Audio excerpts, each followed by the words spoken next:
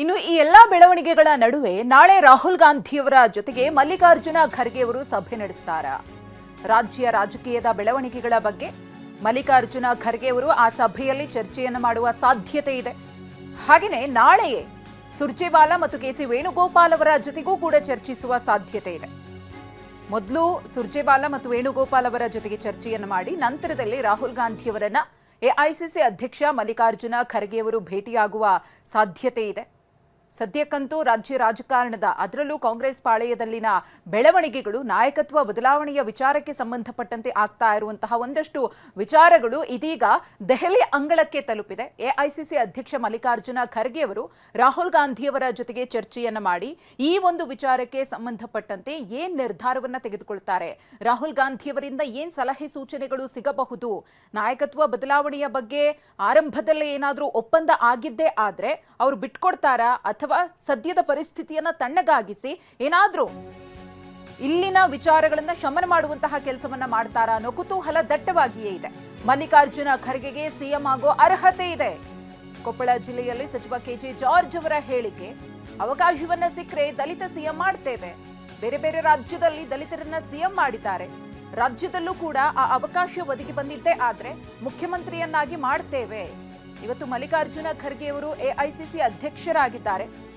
AICC ಸ್ಥಾನ ದೊಡ್ಡದಾ ಅಥವಾ CM ಸ್ಥಾನ ದೊಡ್ಡದಾ ಅಂತ ಹೇಳಿ ಜಾರ್ಜ್ ಅವರು ಪ್ರಶ್ನಿಸಿದ್ದಾರೆ ಕೂಡ. ನೋಡ್ರಿ, ಕಾಂಗ್ರೆಸ್ ಅವರೇ ದಲಿತರನ್ನ ಬೇರೆ ಬೇರೆ ರಾಜ್ಯಗಳಲ್ಲಿ ಬೇರೆ ಬೇರೆ ರಾಜ್ಯಗಳಲ್ಲಿ ಸಾಕಷ್ಟು ದಲಿತರನ್ನು ನಾವು ಮುಖ್ಯಮಂತ್ರಿ ಮಾಡಿದೀವಿ, ಗೊತ್ತಾಯ್ತಲ್ಲ. ದಲಿತರನ್ನ ಮುಖ್ಯಮಂತ್ರಿ ಅವಕಾಶ ಸಿಕ್ಕಿದ್ರೆ ದಲಿತರಿಗೆ ಮಾಡ್ತೀವಿ, ಬೇರೆ ಮೇಜರ್ ಕಮಿಟಿನೇ ಮಾಡ್ತಾರೆ. ಬ್ಯಾಕ್ವರ್ಡ್ ನೋಡಿ ಖರ್ಗೆಜಿ ಅವರು ಚೀಫ್ ಮಿನಿಸ್ಟರ್ ಆಗಿ ಎಲ್ಲ ಯೋಗ್ಯತೆ ಇದೆ ಅವರಿಗೆ, ಎಲ್ಲ ನೋಡಿ ಯಾರು ಹೇಳ್ತಾರೆ. ಇವತ್ತು ಎಐಸಿಸಿ ಅಧ್ಯಕ್ಷರನ್ನ ಮಾಡ್ತೀವಿ. ಯಾರು ಇವತ್ತು ಮಲ್ಲಿಕಾರ್ಜುನ ಖರ್ಗೆಜಿ ಅವರು ಎಐಸಿಸಿ ಅಧ್ಯಕ್ಷರಾಗಿದ್ದಾರೆ, ಅದು ದೊಡ್ಡದಾ ಚೀಫ್ ಮಿನಿಸ್ಟರ್ ದೊಡ್ಡದಾ ಕೇಳಿ. ಅದಕ್ಕೆ ಅದು ಯಾರೆಲ್ಲ ಇದ್ದರು, ಮೋತಿಲಾಲ್ ನೆಹರು ಇದ್ದರು, ಪಂಡಿತ್ ಜವಾಹರ್ಲಾಲ್ ನೆಹರು ಇದ್ದರು, ಅಂಥ ಒಂದು ಪೋಸ್ಟಿಗೆ ಇವತ್ತು ನಮ್ಮ ರಾಜ್ಯದ ಮಲ್ಲಿಕಾರ್ಜುನ ಖರ್ಗೆಜಿ ಅವರು ಹೋಗಿದ್ದಾರೆ. ಇನ್ನುಳಿದಂತಹ ಅವಧಿಯನ್ನ ಕೂಡ ಸಿದ್ದರಾಮಯ್ಯನವರೇ ಸಿಎಂ ಆಗಿ ಪೂರ್ಣಗೊಳಿಸುತ್ತಾರೆ ಅಂತ ಕೊಪ್ಪಳದಲ್ಲಿ ಶಾಸಕ ಬಸವರಾಜ ರಾಯರೆಡ್ಡಿ ಅವರು ಹೇಳಿಕೆಯನ್ನ ಕೊಟ್ಟಿದ್ದಾರೆ. ಸಿಎಲ್ಪಿ ಸಭೆಯಲ್ಲಿ ಸಿದ್ದರಾಮಯ್ಯ ಆಯ್ಕೆಯಾಗಿದ್ದಾರೆ. ಡಿಸಿಎಂ ಡಿಕೆ ಸಿಎಂ ಆಗ್ತೀನಿ ಅಂತ ಹೇಳಿದ್ದಾರೆ. 4 ಗೋಡೆ ಮಧ್ಯೆ ಆಗಿರುವ ಮಾತುಕತೆಯ ಬಗ್ಗೆ ನಮಗೆ ಗೊತ್ತಿಲ್ಲ. ಇದು ರಾಯರೆಡ್ಡಿ ಅವರ ಹೇಳಿಕೆ. ನೋಡಪ್ಪ, ನಾನು ಹೇಳಿದ್ದೇನೆ, ಲೆಜಿಸ್ಲೇಚರ್ ಪಾರ್ಟಿ ಮೀಟಿಂಗ್ ಅಲ್ಲಿ ನಾವು ಮತ ಹಾಕಿದ್ವಿ, ಸಿದ್ದರಾಮಯ್ಯನವರು ಎಲೆಕ್ಟ್ ಆಗಿದ್ದಾರೆ, ಅವ್ರು ಮುಖ್ಯಮಂತ್ರಿ ಆಗ್ತಾರೆ, ಶಾಸಕಾಂಗ ಪಕ್ಷದ ನಾಯಕರಾಗ್ತಾರೆ ಅಂತ ಹೇಳಿದ ಮೇಲೆ ಅಲ್ಲಿ ಟರ್ಮು ಕಂಡೀಷನ್ಸು ಏನು ನಮಗೇನು ಹೇಳಿಲ್ಲ ಅಂದಮೇಲೆ ಅವರು 5 ವರ್ಷ ಸಹಜವಾಗಿ ಇರ್ತಾರೆ, ಹೇಳ್ತಾರೆ ಸಹಜವಾಗಿ ಅಧಿಕಾರದ ಹಂಚಿಕೆ ಪ್ರಶ್ನೆ ಇಲ್ಲಿಲ್ಲ. ಅದಕ್ಕೆ ಪಕ್ಷದ ವರಿಷ್ಠರು ಸೂಕ್ತವಾದಂಥ ತೀರ್ಮಾನ ತೆಗೆದುಕೊಳ್ತಾರೆ. ಆಯ್ತಪ್ಪ, ನಿಮ್ಮನ್ನ ಒಂದು ಹೇಳ್ತೀನಿ, ಕ್ವಶನ್ ಕೇಳ್ತೀನಿ. ನಮ್ಮ ಅಧ್ಯಕ್ಷರಾದಂಥ ಸನ್ಮಾನ್ಯ ಡಿ.ಕೆ. ಶಿವಕುಮಾರ್ ಅವರು ಎಂದಾದರೂ ನಾನು ಮುಖ್ಯಮಂತ್ರಿ ಆಗ್ತೀನಿ ಅಂತ ಹೇಳಿದಾರಾ?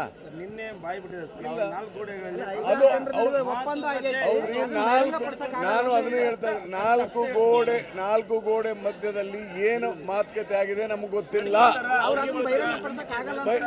ನಾನೇನ್ ಮಾಡ್ಲಿ ಅದಕ್ಕೆ? ನೋಡೋಣ, ಆಗ್ಲಿ, ಆಗಕ್ ಬೇಡ ಅಂತ ಏನು ಹೇಳಿಲ್ಲ. ಡಿ.ಕೆ.ಶಿ ಅವರು ನಾವು ಎಲೆಕ್ಟ್ ಮಾಡಿದ್ದನ್ನು ಹೇಳಿದೆ. ಇನ್ನು ವರಿಷ್ಠರು ತೀರ್ಮಾನಿಸಿದ್ರೆ ಸಿಎಂ ಬದಲಾಗಬಹುದು ಅಂತ ಶಿವಮೊಗ್ಗದಲ್ಲಿ ಬೇಳೂರು ಗೋಪಾಲಕೃಷ್ಣ ಅವರು ಮಾತನಾಡಿದ್ದಾರೆ. ಸಿಎಂ ಚೇಂಜ್ ಆಗಬಹುದು, ಸಚಿವರು ಕೂಡ ಬದಲಾಗಬಹುದು. ಡಿಕೆ ಸಿಎಂ ಆಗಬೇಕು ಅಂತ ಕೇಳೋದ್ರಲ್ಲಿ ತಪ್ಪಿಲ್ಲ. ಹೈಕಮಾಂಡ್ ಎಲ್ಲವನ್ನ ಕೂಡ ನಿರ್ಧರಿಸುತ್ತೆ. ಇನ್ನು ಪರಮೇಶ್ವರ್ ಅವರಿಗೂ ಕೂಡ ಕೇಳುವ ಹಕ್ಕಿದೆ. ಆದ್ರೆ ನಾನು ಯಾವುದೇ ಬಣದಲ್ಲಿ ಗುರುತಿಸಿಕೊಂಡಿಲ್ಲ ಅನ್ನೋದನ್ನ ಸ್ಪಷ್ಟಪಡಿಸಿದ್ದಾರೆ. ನಾನು ಕಾಂಗ್ರೆಸ್ಸಿನ ನಿಜವಾದ ಬಣ, ನಾನು ಕಾಂಗ್ರೆಸ್ ಪಕ್ಷದ ಬಣ. ನಾನು ಯಾವುದೇ ಬಣದಲ್ಲಿ ನಾವು ಇಲ್ಲ, ನಾವು ಯಾರು ಗುರುತಿಸ್ಕೊಂಡಿಲ್ಲ. ನಾವು ಕಾಂಗ್ರೆಸ್ ಬಣ ಇದ್ದೀವಿ. ಹಾಗಾಗಿ ರಾಜ್ಯದ ಮುಖ್ಯಮಂತ್ರಿಗಳು ನಮಗೆ ಸ್ಪಂದನೆ ಮಾಡ್ತಾರೆ, ಉಪಮುಖ್ಯಮಂತ್ರಿಗಳು ಸ್ಪಂದನೆ ಮಾಡ್ತಾರೆ, ರಾಜ್ಯದ ಮಂತ್ರಿಗಳು ನಮಗೆ ಸ್ಪಂದನೆ ಮಾಡಿದ್ದಾರೆ. ಹಾಗಾಗಿ ಬಣ ಇಲ್ಲ. ನಮಗೆ ಏನಿದ್ರು ಹೈಕಮಾಂಡ್ ಏನು ತೀರ್ಮಾನ ಮಾಡ್ತಾರೆ ಅದಕ್ಕೆ ನಾವು ಬದ್ಧರಾಗಿದ್ದೀವಿ. ಅಲ್ಲ, ಡಿ ಸಿ ಎಂ ಅವರು ಮುಖ್ಯಮಂತ್ರಿ ಆಗಬೇಕಂತ ಕೇಳೋದೇನು ತಪ್ಪಿಲ್ಲ. ಪರಮೇಶ್ವರ್ ಅವರು ಮುಖ್ಯಮಂತ್ರಿ ಆಗೋ ಕೇಳೋದೇನು ತಪ್ಪಿಲ್ಲ. ಆದರೆ ಅದನ್ನು ಸರಿ ಮಾಡುವಂಥ ನಿರ್ಧಾರ ಮಾಡೋದು ಯಾರು? ಕೇಂದ್ರ ನಾಯಕರು ಮಾಡಬೇಕಲ್ವಾ. ಈಗ ಒಬ್ಬರು ಹಕ್ಕು, ಈಗ ನಾನೊಬ್ಬ ಮಂತ್ರಿ ಆಗ್ಬೇಕಂತ ಕೇಳೋಕ್ಕೆ ಏನು ತಪ್ಪಿದೆ? ನನಗೊಂದು ಅವಕಾಶ ಮಾಡಿಕೊಡಿ ಸರ್, ನಾನು ಒಬ್ಬ ಹಿಂದುಳಿದ ವರ್ಗದ ನಾಯಕನಿದ್ದೀನಿ, 3 ಸರಿ MLA ಆಗಿದ್ದು, ಕೇಳೋಕ್ಕೆ ಏನು ತಪ್ಪಿದೆ? ಕೇಳಕ್ಕೆ ಹಕ್ಕಿದೆ. ಕೊಡೋದು ಬಿಡೋದು ನಿರ್ಧಾರ ಮಾಡೋದು ನಮ್ಮ ಕೈಯಲ್ಲಿಲ್ಲ, ನಮ್ಮ ರಾಜ್ಯದ ರಾಜಕಾರಣದಲ್ಲಿಲ್ಲ. ನಮ್ಮ ರಾಷ್ಟ್ರೀಯ ನಾಯಕರು ತೀರ್ಮಾನ ಮಾಡಿದರೆ ಇವತ್ತು ಮುಖ್ಯಮಂತ್ರಿ ಚೇಂಜ್ ಆಗ್ಬೋದು, ಮಂತ್ರಿಗಳದ್ದು ಚೇಂಜ್ ಆಗ್ಬೋದು. ನಾನು ಕಾಂಗ್ರೆಸ್ಸಿನ ನಿಜವಾದ ಬಣ. ಇನ್ನು ಕಾಂಗ್ರೆಸ್ನಲ್ಲಿ ಗೊಂದಲ ಇರೋದಂತೂ ನಿಜ, ಗೊಂದಲ ಸೃಷ್ಟಿಯಾಗಿದೆ, ಅದು ಸತ್ಯ ಅಂತ ಹೇಳಿ ಬೇಳೂರು ಗೋಪಾಲಕೃಷ್ಣ ಅವರು ಮಾತನಾಡಿದ್ದಾರೆ. ಹಾಗಾಗಿ ಹೈಕಮಾಂಡ್ ನಾಯಕರೇ ಎಲ್ಲವನ್ನ ಬಗೆಹರಿಸಬೇಕು, ಆದಷ್ಟು ಬೇಗ ಎದ್ದಿರುವಂತಹ ಸಮಸ್ಯೆಗಳು ಶಮನ ಆಗಬೇಕು, ಇಲ್ಲದಿದ್ರೆ ಪಕ್ಷಕ್ಕೆ ಹಾನಿಯಾಗುತ್ತೆ ಅಂತ ಹೇಳಿ ಗೋಪಾಲಕೃಷ್ಣ ಅವರು ಮಾತನಾಡಿದ್ದಾರೆ. ಇತ್ತೀಚಿನ ದಿನದಲ್ಲಿ ಸ್ವಲ್ಪ ಗೊಂದಲ ಸೃಷ್ಟಿಯಾಗಿರೋ ಸರಿಯಾಗಿದೆ. ಮುಖ್ಯಮಂತ್ರಿಗಳನ್ನು ಬದಲಾವಣೆ ಮಾಡೋದು, ಇನ್ನೊಂದು ಮಾಡೋದು ಅಂತ ಏನು ಸುದ್ದಿ ಹಬ್ಬಿಸಿದ್ದಾರೆ. ಇದರಲ್ಲಿ ನಮ್ಮ ರಾಜ್ಯ ಸರ್ಕಾರದಲ್ಲಿ ಇವತ್ತು ನಾವು ಯಾರು ತೀರ್ಮಾನ ಮಾಡೋದಂತ ಅಲ್ಲ. ಇದು ರಾಜ್ಯದಲ್ಲಿ ಯಾವುದೇ ತೀರ್ಮಾನ ಮಾಡೋದಾದರೆ ಖಂಡಿತ ಮುಗಿಸ್ಬಿಡ್ತಿದ್ದೀವಿ.